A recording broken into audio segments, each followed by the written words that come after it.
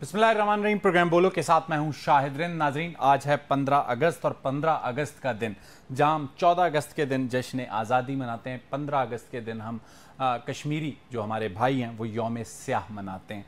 कश्मीर एक जिसे कहते हैं, जिसे इंसानी जेल हम कह सकते हैं, जहाँ पर गुज़िश्ता जहाँ हमारी आज़ादी को अब 76 साल हो चुके हैं, वो 76 साल से कश्मीरी अवाम भारतीय न सिर्फ गासिबाना कब्ज़े को बर्दाश्त कर रहे हैं, बल्कि अब जो कुछ अरसा कबल जो कवानीन भारत ने तब्दील किए उसके बाद वहाँ पर जो डेमोग्राफिक चेंजेस की कोशिश की जा रही हैं, उनका जुल्म दिन ब दिन बढ़ता जा रहा है। तो आज भी जब हमने गुज़िश्ता रोज़ जश्न आज़ादी मनाया तो उसके अगले रोज़ 15 अगस्त को कश्मीर में यौम स्याह मनाया जा रहा है। और ये यौम स्याह भारत के जो कश्मीर में गासिबाना कब्ज़ा है उसके ख़िलाफ़ मनाया जा रहा है। और इस हवाले से जो हुर्रियत रहनुमा हैं यासीन मलिक, उनकी अहलिया हैं मशाल मलिक, उन्होंने एक वीडियो स्टेटमेंट जारी किया। सबसे पहले चाहूँगा कि आपको वो सुनवाऊँ, क्योंकि कश्मीरी अवाम के साथ पाकिस्तानी अवाम के दिल धड़कते हैं। और यही बात गुज़िश्ता हमने देखा कि 14 अगस्त के दिन जो सुबह का आगाज़ रात 12 बजे हुआ, chief of army staff general Asim Munir ने एक बार फिर न सिर्फ वो जो हिंदुस्तान के पाकिस्तान के हवाले से ख़यालात हैं उस पर उन्होंने भरपूर जवाब दिया, बल्कि कश्मीरी अवाम के साथ एक बार फिर ये बताया कि पाकिस्तान उसी तरह खड़ा है जैसा 14 अगस्त 1947 के बाद जब हिंदुस्तान ने गासिबाना कब्ज़ा किया उस वक्त खड़ा था। आज 76 बरस गुजरने के बाद भी पाकिस्तान के जो ओपिनियंस हैं कश्मीर के मुतालिक, या पाकिस्तान का जो स्टांस है आलमी दुनिया में, वो तब्दील नहीं हुआ। सबसे पहले हम चाहेंगे कि आप मशाल मलिक का वीडियो स्टेटमेंट सुनें। आज मैं एक मासूमाना सवाल पूछना चाहती हूँ हिंदुस्तान की पब्लिक से कि क्या आपको कभी ये ख्याल नहीं आया, क्या आपको कभी भी ये सवाल नहीं उठा आपके दिमाग में कि आप अपनी सरकार से ये पूछें कि क्या वजह है कि 8 से 9 लाख हिंदुस्तान की दहशतगर्द आर्मी ने मकबूजा जम्मू कश्मीर पे पिछले 76 ईयर्स से कब्जा किया हुआ है, और क्या वजह है कि कब्जा किया हुआ है?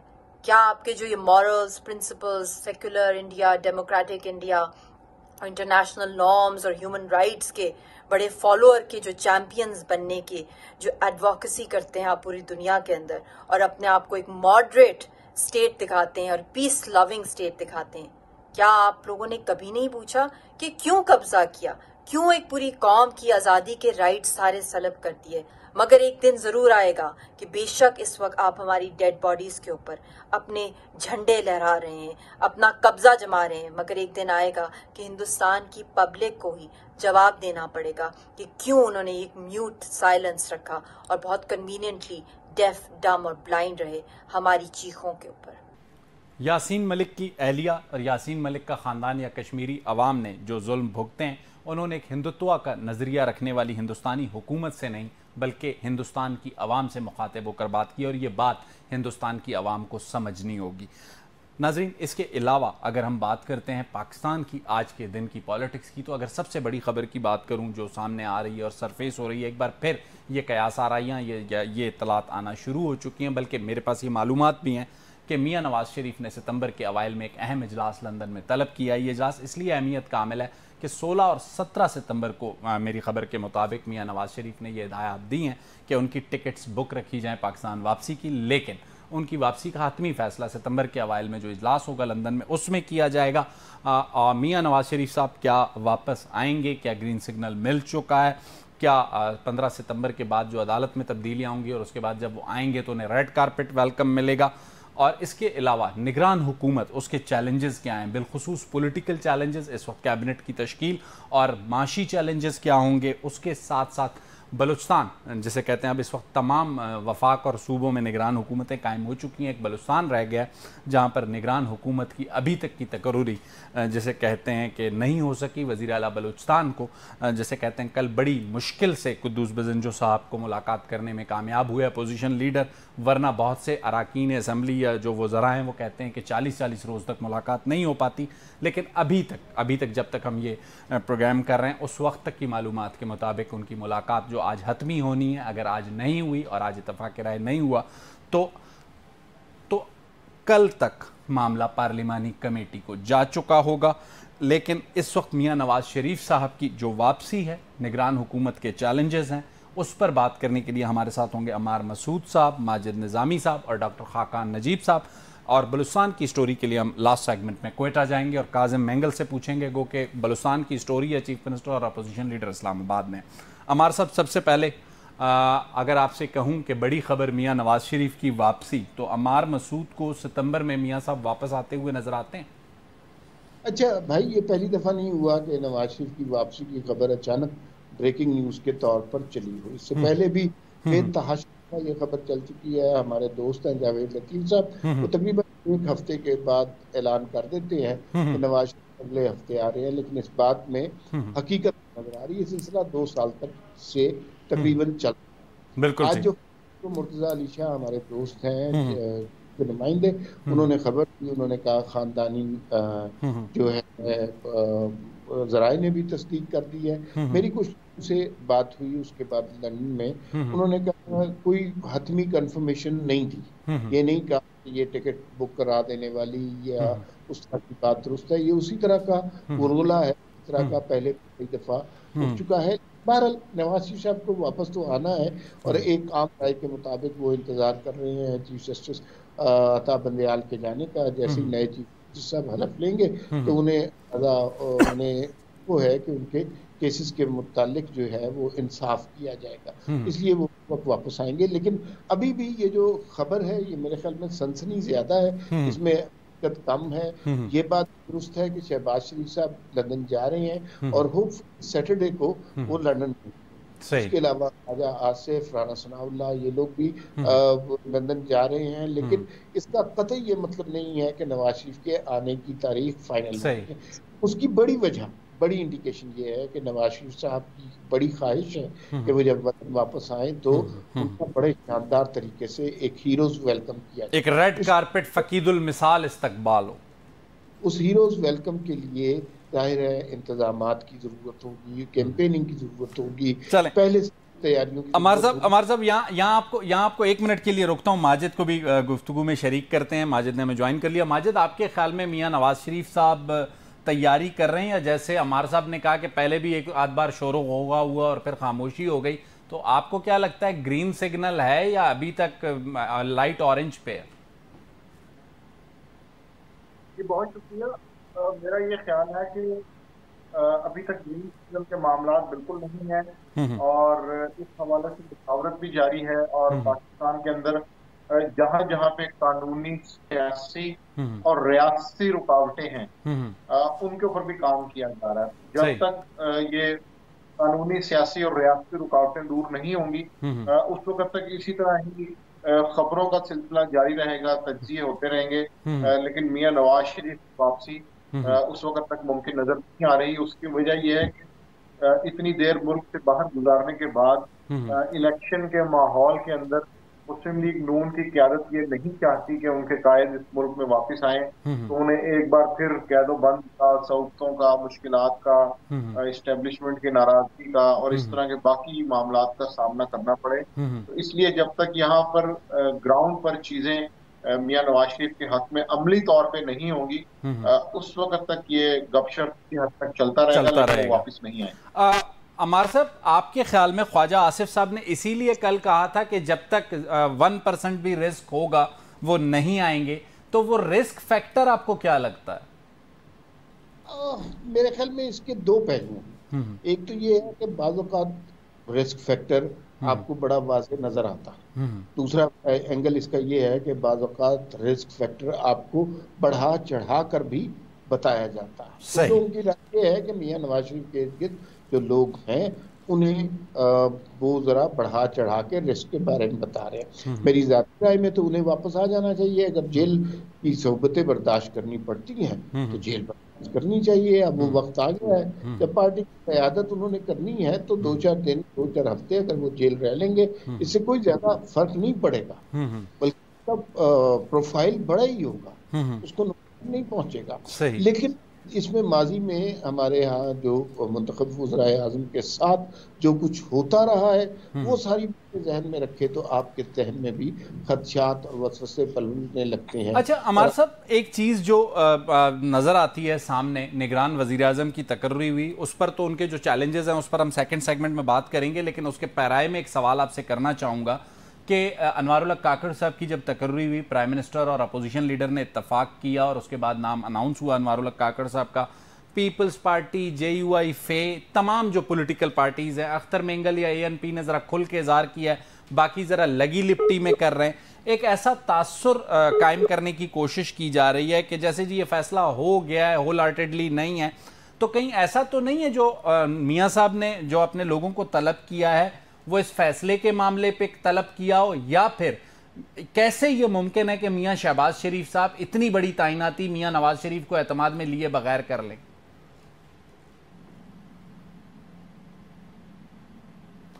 अमार साहब थोड़े से मेरे ख्याल है डिस्कनेक्ट हुए हैं, दोबारा कनेक्ट करने की कोशिश करेंगे। माजिद साहब, अगर आपको आवाज़ आ रही हो तो यही सवाल आपसे। जी, इसमें मैं ये समझता हूँ कि मियाँ नवाज शरीफ और मियाँ शहबाज शरीफ की सियासत को अगर पढ़ा जाए या समझा जाए तो उसमें हमें ये समझ आती है कि कहीं ना कहीं वो तासुर तो ये दे रहे होते हैं कि दोनों जगह पे इख्तलाफ है या राय का फर्क मौजूद है, लेकिन कई अहम मामलात पे उनकी अंडरस्टैंडिंग भी होती है। मैं इसके अंदर जनरल बाजवा की एक्सटेंशन की मिसाल देना चाहूंगा कि जब वोट को इज्जत दो और जमहूरियत की बहाली और इस तरह के नारे चल रहे थे, एक सियासी माहौल में तनाव था, लेकिन उस वक्त भी मियाँ नवाज शरीफ ने यह फैसला किया कि इस मामले में वोट देना है। सही। और वो मियाँ नवाज शरीफ से ये चीज तवक्को नहीं की जा रही थी, लेकिन इसके बावजूद ऐसा हुआ। तो मैं नहीं समझता कि इस मामले में कोई इस तरह का इख्तलाफ होगा। उसकी वजह ये कि मौके की माजिद यहाँ 1 मिनट के लिए आपको रोकूंगा, मेरे पास ये सेगमेंट क्लोज करने के लिए 30 सेकंड्स है। अमार साहब से सवाल पूछ के मैं ब्रेक लूंगा। नाजरीन, अमार साहब, आपके ख्याल में अनवारुल हक काकड़ की तकर्री के मामले पर शहबाज शरीफ साहब ने मियाँ साहब के ग्रीन सिग्नल या अप्रूवल के बगैर ये तैनाती की होगी? सवाल ही नहीं पैदा होता। मेरे ख्याल में ये नाम आसिफ जरदारी और नवाज शरीफ की जो दुबई में मीटिंग है उसमें फाइनल हुआ होगा। इसकी एस्टेब्लिशमेंट से भी इंडोर्समेंट ली होगी। शहबाज शरीफ का इसमें किरदार सिर्फ इतना होगा कि उन्होंने इस नाम को एक अनाउंसर की तरह पढ़ा होगा। बिल्कुल ठीक। अमार साहब और निज़ामी साहब हमारे साथ हैं। नाज़रीन, लेते हैं एक छोटी सी ब्रेक के बाद आते हैं तो ज़रा बात करते हैं तीनों मेहमानों से। खाकान साहब भी हमारे साथ होंगे, माहिर मईशत हैं।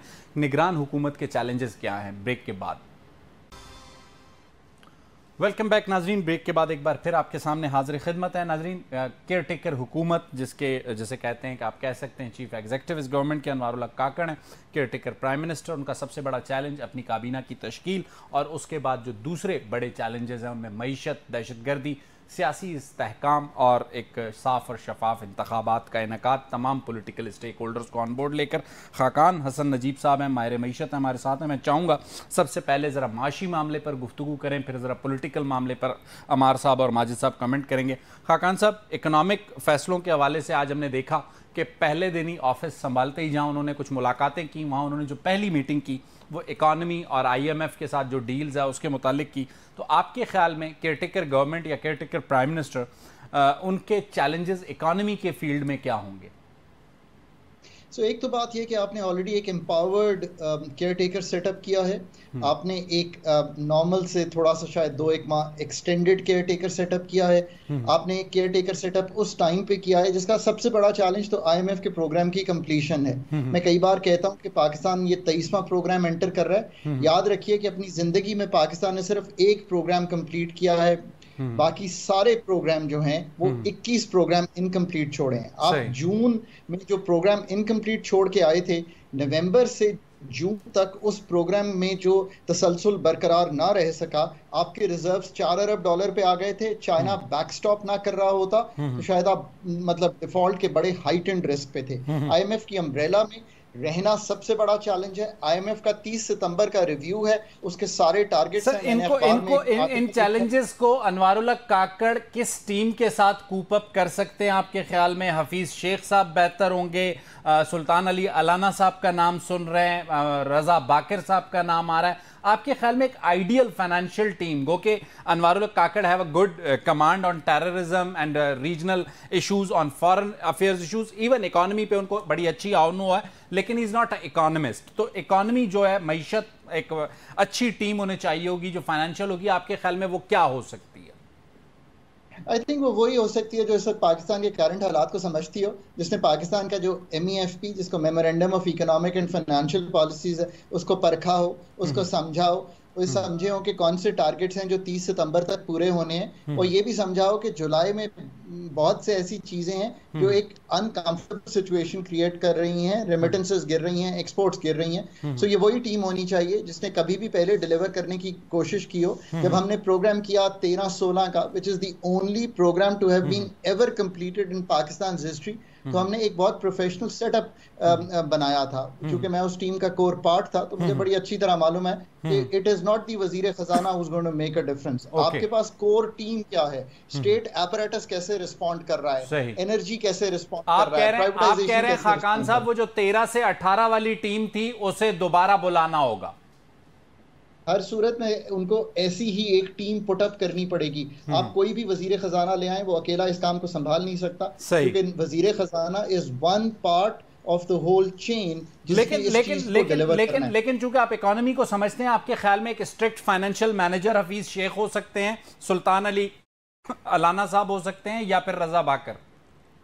यार देखें, जो लोग रहे हैं सिस्टम में, जो लोग सिस्टम को भी समझते हैं, इंटरनेशनल आर्किटेक्चर को भी समझते हैं, जो लोग मतलब बैंकिंग को भी समझते हैं, जो लोग मल्टीलैटरल से भी डील करते रहे, ये सभी लोग जिनके आप नाम ले रहे हैं, ये वो काम करते रहे हैं। बट आपने ये देखना है कि पाकिस्तान के लिए जो इससे डीपर चीजें हैं उनको कौन समझता है। एनर्जी सेक्टर की जो ब्लीडिंग है उसको कौन समझता है। जो पाकिस्तान की इस वक्त सर्कुलर डेट गैस सेक्टर में बढ़ रहा है उसको कौन समझता है। बहुत अहम बात आपने की है खाकान साहब। यहाँ आपको 1 मिनट के लिए रोकूंगा, अमार साहब को गुफ्तगू में ऐड करूंगा। अमार साहब, सिर्फ एक अच्छा वजीर खजाना नहीं, एक अच्छा वजीर तवानाई भी हमें चाहिए होगा, जो लाजमी सी बात है। जो आपके बिजली के लाइन लॉसेज हैं या गैस के लाइन लॉसेज हैं, अगर एक अच्छी टीम तवानाई के डिपार्टमेंट में नहीं होगी तो फाइनेंशियल मैनेजमेंट जितनी भी कर लें नहीं हो सकती। तो आपको नहीं लगता कि जो केयरटेकर कैबिनेट होनी चाहिए, it's need to be a complete professional और टेक्नोक्रेट टीम? बिल्कुल आप दुरुस्त कह रहे हैं। मैं बल्कि एक और एंगल से देखता हूँ, ये पाकिस्तान के पास बड़ा अच्छा मौका है। सियासी जमातें जब हुकूमतें बनाती हैं, अमूमन बहुत सारी मसलहतों का शिकार होती हैं, उनके साथ इत्तेहादी होते हैं, इत्तेहादियों के साथ उनके मसाइल होते हैं। ये जो अब हुकूमत आई है, इसके पास 5-6 महीने का एक मैंडेट है। इस अरसे में इनके ऊपर उस तरह की मसलहतें नहीं हैं, तो ये अपने ओन पर डिसीजन कर सकते हैं। अगर ये उस पाकिस्तान को मद्देनजर रखते हुए और पाकिस्तान के मफाद को मद्देनजर रखते हुए एक ऐसी टीम तश्कील दें जो मसलहतों का शिकार ना हो, जिसे कबाहतों में ना पड़ना पड़े, तो मेरे ख्याल में ये एक बहुत ही अच्छी अपॉर्चुनिटी होगी कि हम उन साफ सुथरे ईमानदार टेक्नोक्रेट्स हों, ब्यूरोक्रेट्स, जो मर्जी आपको नाम दे दें, ऐसे अफराद को साथ लेके आए जो आके इस 6 महीने के प्रोसेस को बहुत ऐसन तरीके से गुजारे। अमार साहब, 1 मिनट के लिए आपको यहाँ रोकूंगा, माजिद को शरीक गुफ्तगू करूंगा। माजिद, आप अमार साहब से एग्री करते हैं, या आपको लगता है कि अगर जिस तरीके से अमार साहब कह रहे हैं या हम चाहते हैं या खाकान साहब कह रहे हैं, परफॉर्मिंग टीम नजर आए, 6 महीनों में टेबल टर्न कर दे और ऐसा कुछ हो गया, तो फिर तो इंतखाबात 6 महीने से भी आगे जा सकते हैं? सर जी, बहुत शुक्रिया। मैं इन तमाम बातों में कुछ इजाफा ये करना चाहूंगा कि हमें निगरान हुकूमत को मंजिल नहीं समझना चाहिए। ये मंजिल की तरफ का एक रास्ता है, और मेरा ख्याल है कि निगरान हुकूमत को अपने मुकर्ररा वक्त के अंदर कुछ फैसले करने के बाद अगली मुंतखब हुकूमत को ये काम सौंपना चाहिए। इसलिए हमें निगरान हुकूमत से अगर मुआशी तवक्कुआत लगा के बैठ जाएंगे तो उसका सियासी महाज में नुकसान होगा, अंदेशा है। बिल्कुल ठीक है। खाकान साहब, जो सबसे अहम सवाल आपसे पूछना चाहूंगा, हमने देखा कि हुकूमत ने जाते जाते कुछ अहम कानून साजियाँ की, कुछ पावर्स दी केयरटेकर गवर्नमेंट को। आपको लगता है कि ये गवर्नमेंट नए एग्रीमेंट्स कर सकेगी, खासकर SIFC को जहन में रखते हुए? SIFC के ज़मन में 3 तरह की एम्पावरमेंट्स दी गई हैं। एक PPP यानी कि प्राइवेट पब्लिक पार्टनरशिप की जा सकती है। एक इंटर गवर्नमेंटल जो आपस में मायदे हैं उनको आगे बढ़ाया जा सकता है। जो प्राइवेटाइजेशन की एक बहुत बड़ी लिस्ट ऑलरेडी है उसको आगे बढ़ाया जा सकता है। SIFC जो है ये दूसरा जुज है इस वक्त। वो क्या है? वो ये है कि एक तरफ तो डेट मैं आपको कह रहा हूँ कि आप IMF से, वर्ल्ड बैंक से, जिनीवा के प्लेजेस से करें। दूसरी तरफ मैं आपसे गुजारिश ये कर रहा हूँ कि इकोनॉमिक इकोनॉमिक डिप्लोमेसी कीजिए, पाकिस्तान को कोई चीज बेच आइए, LNG पावर प्लांट्स बेच दीजिए, कोई चीज जो है उसको लीज कर दीजिए, जो भी आप कर सकते हैं। उससे एक इंप्रेशन ये पड़ेगा कि जहां पाकिस्तान डेट इंस्ट्रूमेंट्स पे काम कर रहा है, Pakistan non debt creating instruments CPEC 2 के कुछ चीजों उन पे सीरियस है। But being realistic you have to remember कि जो 1-2 दिहाइयों में करना हमारे लिए मुश्किल था, वो 6 महीनों में करना बड़ा मुश्किल होगा। मैं एक गुजारिश ये करता चलूं कि पाकिस्तान को एक मैजिक बुलेट सिंड्रोम से निकलना चाहिए।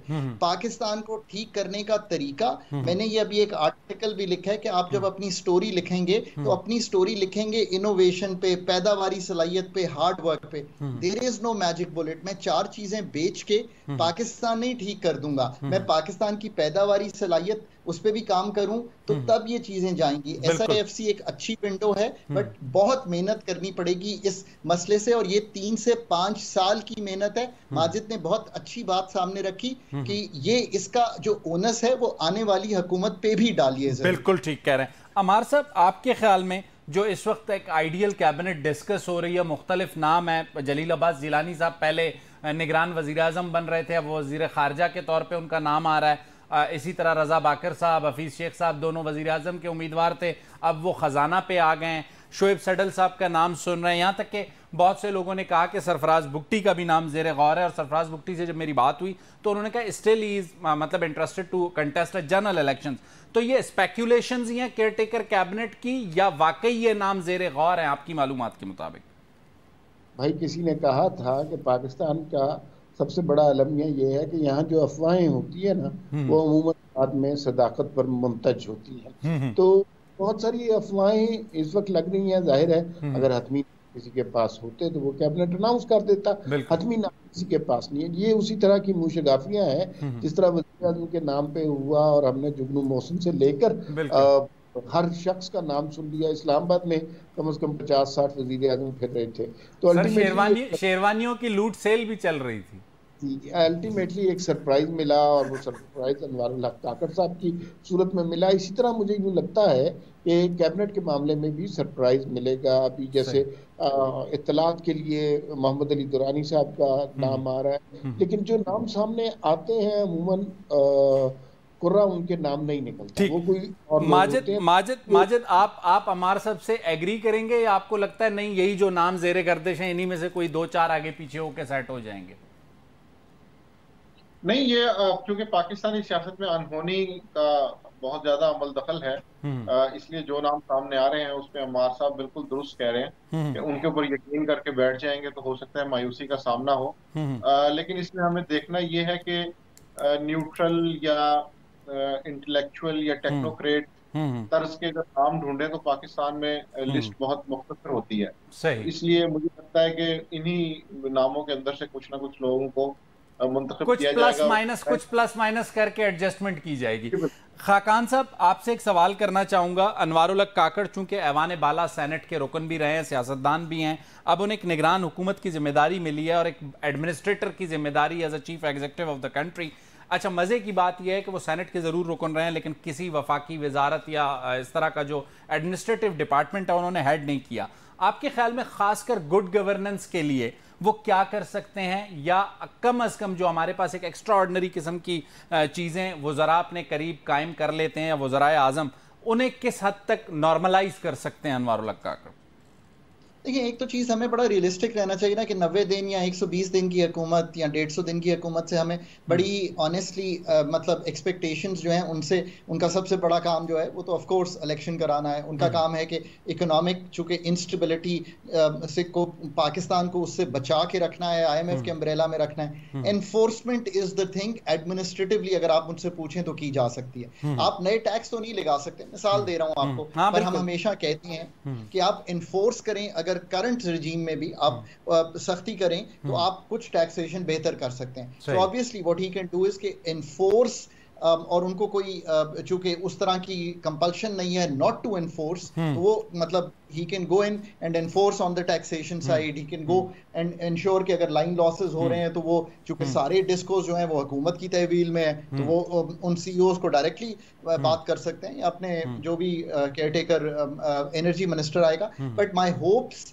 with the caretaker setup are very realistic. मतलब मैं unrealistic अगर कोई hope 5 या 6 महीने की हुकूमत से लगाऊं, I don't think that will be fair. ये गलत होगा, ये गलत होगा। अमार साहब, आपके ख्याल में जो पॉलिटिकल होप्स हैं वो कायम रहेंगी, इंतखाबात करवा के केयरटेकर गवर्नमेंट चली जाएगी, या जैसे सरदार अख्तर मेंगल साहब खदशात बता रहे हैं कि बाद में सारे मेरे साथ एहतजाज कर रहे होंगे? भाई बात ये है कि वाहिद जो मैंडेट है या वाहिद जो काम है वो इनका इलेक्शन करवाना है। मैंने जो शुरू में बात की उससे शायद थोड़ा सा हमारे पार्टिसिपेंट ने गलत मतलब लिया।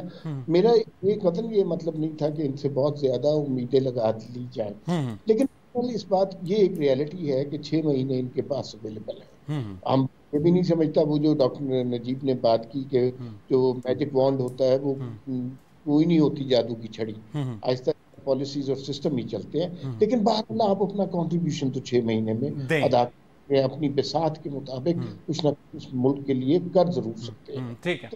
तो मुझे नहीं लगता कि हमें वो जो खदशात अख्तर मेंगल साहब कह रहे हैं कि कुछ अरसे के बाद सारे रोएंगे ऐसे, और उनका कुछ जो इशारा है वो इलेक्शन की तरफ है, मेरा नहीं ख्याल कि ऐसी कोई बात होने लगी। ठीक हो गया।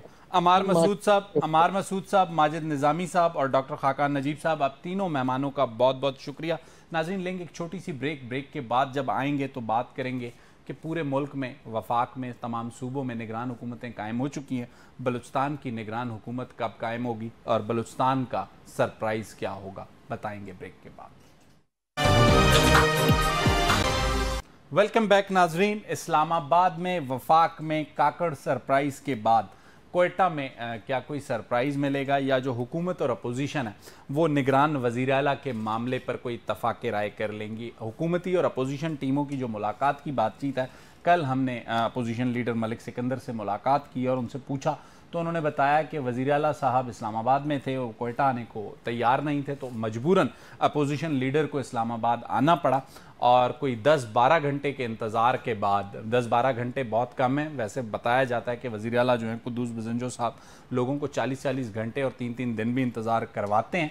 ये उनकी गुज़िश्ता चंद महीनों की सूरत हाल है, लेकिन 10 घंटों के बाद बिलाखिर उन्होंने कीमती 15 मिनट दिए अपोजिशन लीडर को, उनसे मुलाकात की और उन्हें ये बताया कि अभी तक हमारी अपनी जो जमात है, हुकूमती जमात बलूचिस्तान अवामी पार्टी, उसमें नामों पर गौर किया जा रहा है और कल का दिन है तो कल मिलते हैं। अब जब तक हम इस वक्त ये प्रोग्राम कर रहे हैं उस वक्त तक तो मुलाकात की इत्तला नहीं आई थी और आज ये आखिरी दिन है।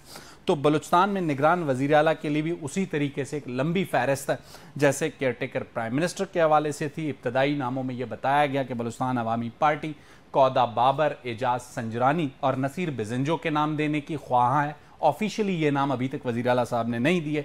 नसीर बिज़ंजो वज़ीर आला साहब के करीबी अजीज़ हैं। कौदा बाबर जो हैं सेनेटर हैं और सादिक संजरानी के बड़े करीब समझे जाते हैं, ग्वादर से ताल्लुक़ है। इसके अलावा जो है वो एजाज संजरानी सादिक संजरानी साहब के अपने भाई हैं। ये हुकूमती नाम थे। अपोजिशन से जो नाम ज़ेरे गर्दिश थे उनमें बलूचिस्तान नेशनल पार्टी की तरफ से हमल कलमती और JUIF की तरफ से उस्मान बादीनी, ये नाम ज़ेरे गर्दिश थे। लेकिन हमल कलमती का नाम हमने नहीं सुना। गुज़िश्ता रोज़ मैंने मलिक सिकंदर से कंफर्म किया, उन्होंने कहा हम सिर्फ एक ही नाम देंगे और वो एक ही नाम होगा उस्मान बादीनी। तो बज़ाहिर अपोजिशन ने इस बात पर कहीं जैसे कहते हैं इत्तफाक कर लिया है कि अपोजिशन एक ही नाम देगी, मुमकिन है 3 भी दे सकती है। अब आज का दिन आखिरी है, फैसला उस वक्त होना है। और जैसे हमने देखा कि मरकज़ में अनवारुल्लाह काकड़ का नाम कहीं पर नहीं था और अचानक आया और फिर उस पर इत्तफाक राय हो गया। तो क्या बलूचिस्तान में भी कोई ऐसे सरप्राइजेज़ हैं? तो उन सरप्राइजेज़ पे भी कल से गुफ्तशुनीद शुरू हुई है कि हुकूमत और अपोजिशन के साथ साथ सरप्राइजेज़ क्या हो सकते हैं। सरप्राइजेज़ में जो नाम सामने आए हैं उनमें प्रिंस अहमद अली हैं, उनमें अली मर्दान डोमकी हैं, उनमें शब्बीर मेंगल हैं। ये अली मर्दान डोमकी नवाब अकबर खान बुगटी के नवासे हैं और सरदार सरफराज डोमकी जो हैं बलूचिस्तान अवामी पार्टी के सूबाई वज़ीर हैं, उनके भाई हैं। और प्रिंस अहमद अली खान ऑफ कलात की फैमिली से उनका ताल्लुक़ है, जाम कमाल के करीबी अजीज़ हैं। और शब्बीर मेंगल बलूचिस्तान के एक रिटायर्ड ब्यूरोक्रेट हैं जिनका नाम लिया जा रहा है। इसके अलावा भी कई नाम हैं लेकिन उन पर अभी तक कोई मैच्योरिटी नज़र नहीं आती। लेकिन ये सारी सूरत हाल आज कोई कंक्लूड होगी या मामला पार्लिमानी कमेटी को जाएगा, और अगर आज कंक्लूड होगी तो कोई सरप्राइज नाम होगा या अंडर डिस्कस नाम होगा ये सारी सूरत-ए-हाल जानने के लिए हम थोड़ी देर के लिए चलते हैं क्वेटा। गो के वज़ीर आला और अपोजिशन लीडर इस्लामाबाद में, लेकिन खबर चूंकि क्वेटा की है तो क्वेटा चलते हैं। Kazim Mengal bureau chief NEO TV के हमारे साथ हैं। काजिम साहब, क्या करवा रहे हैं? बलूचिस्तान में कोई सरप्राइज़ देंगे या नहीं? यही जो नाम मैंने डिस्कस किए आपकी मालूमात में भी यही है? देखें, बलूचिस्तान में जो निगरान वज़ीर आला के हवाले से एक गैर संजीदगी का मुजाहरा किया जा रहा है और मालूम नहीं है कि वज़ीर आला साहब की तबीयत ख़राब हैं कि वो टाइम नहीं दे पा रहे हैं, या कोई उनके जो अब तक जिस अंदाज से वो वज़ीर आला बनते जा रहे हैं, मुख्तलिफ़ टैक्टिक्स इस्तेमाल करते रहे हैं, या वो उनके इस टैक्टिक्स का नतीजा है कि अभी तक यानी कल रात को भी उन्होंने मलिक सिकंदर को बुलाया था, लेकिन पहले जब बुला लिया तो 2 घंटे इंतज़ार करके मलिक सिकंदर चले गए।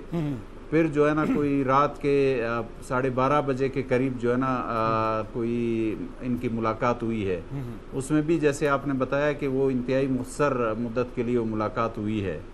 तो अब आज जो है ना यानी इतना अहम मामला है, वो अभी तक यानी दिन में फिर वज़ीर आला साहब ने टाइम नहीं दिया है। वो फिर जो है ना रात को वही जब वो उठेंगे तो उस टाइम जो है ना या टाइम देंगे कायदे हिज़्ब इख्तिलाफ को, तो उस टाइम जो है ना ये मुलाकात होगी।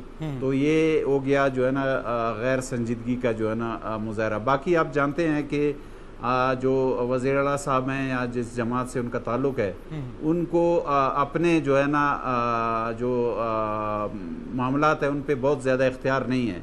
तो ये भी हो सकता है कि उनके दरमियान ये तय हो कि वो किसी नाम पे इत्तफाक करें, और सरप्राइज़ के भी मतलब चांसेस हैं, यानी बहुत ज़्यादा चांसेस हैं। तो ये दोनों बातें हो सकती हैं। अच्छा काजिम साहब, आपके ख्याल में जैसे हम देखते हैं कि खैबर पख्तूनख्वा में एक साबिक ब्यूरोक्रेट केयरटेकर चीफ मिनिस्टर बने, पंजाब में एक जिसे कहते हैं मीडिया ओनर या कह सकते हैं मीडिया के शोबे से ताल्लुक़ रखने वाले, सिंध में गो के नाम पाकिस्तान पीपल्स पार्टी ने दिया लेकिन सुप्रीम कोर्ट के एक सीनियर जज और बड़े रेप्यूटेबल जज। तो बलूचिस्तान में जो नाम हमारे सामने आते हैं, बलूचिस्तान में भी ऐसा नहीं है कि इस तरह के लोग नहीं हैं जो अपराइट ना हों, जो प्रोफेशनल्स ना हों, या जो जिसे कहते हैं जिनकी सफ़ेद पोश ना हो। अहमद बख्श लैडी साहब जैसे लोग वहाँ पर रहे हैं, महफूज अली खान जैसे ब्यूरोक्रेट रहे हैं, ऐसे कई जजेस रहे होंगे और ऐसे कई मतलब प्रोफेशनल्स मौजूद होंगे। यहाँ जो नाम हमारे सामने आते हैं, ये कोई किसी का भाई, कोई किसी का भांजा, मतलब ये चंद फैमिलीज से बाहर मामला नहीं निकल सकता। देखें, मैंने आपको बोला कि जो हुकूमत की तरफ से बज़ाहिर इंतहाई गैर संजीदगी का मुजाहरा किया जा रहा है हुकूमत के पार्ट पे, लेकिन जहाँ तक इस इख्तिलाफ की बात है उसमें उन्होंने मतलब अपने जिनको उन्होंने अहल समझा, उस्मान बादीनी एक कॉम्पिटेंट आदमी है, बिजनेसमैन है, सियासी बैकग्राउंड रखते हैं जी। हाँ, उनके मतलब बहुत ज़्यादा नहीं है, बहरहाल फिर भी एक सियासी जमात से उनका ताल्लुक है, तो इस हवाले से आदमी कह सकता है कि वो मतलब अपनी जमात को मद्देनजर रख के कुछ जिम्मेदारी का मुजाहरा करेगा। सही। इसी तरह अमल कलमती है, उनका भी ताल्लुक एक पार्टी से है, तो इस हवाले से उनका भी ये कहा जा सकता है कि वो बड़ी हद तक जो है ना जिम्मेदारी का मुजाहरा करेगा। सही। लेकिन जो बाकी लोग हैं उनका जो है ना वो मुझे समझ नहीं आ पा रहा है कि वो मतलब किन बुनियादों पर उनकी नामजदगियां हो रही हैं। काजिम साहब, आपका बहुत बहुत शुक्रिया, आपने अपना कीमती वक्त हमें दिया। नाजरीन, निगरान वज़ीर आला बलूचिस्तान के लिए किसी ऐसी शख्सियत की ज़रूरत होगी जो सबके लिए काबिल कबूल हो, और सबसे बड़ी बात वो बलूचिस्तान में करप्शन और गवर्नेंस के मॉडल को तब्दील करे, एक इब्तदाई ईंट रखे। जैसे कि जो जिम्मेदारी वफाक में अनवारुल हक काकड़ के पास है, ऐसी ही जिम्मेदारी सूबे में किसी वज़ीर आला के पास होगी। वो जो पहली इब्तदाई ईंट गवर्नेंस और करप्शन की रोकथाम के लिए रखेगा तो उस पर एक बेहतर सफ़र हो सकेगा। अगले प्रोग्राम तक मुझे शायद दिन को इजाज़त दीजिए। अल्लाह हाफ़िज़।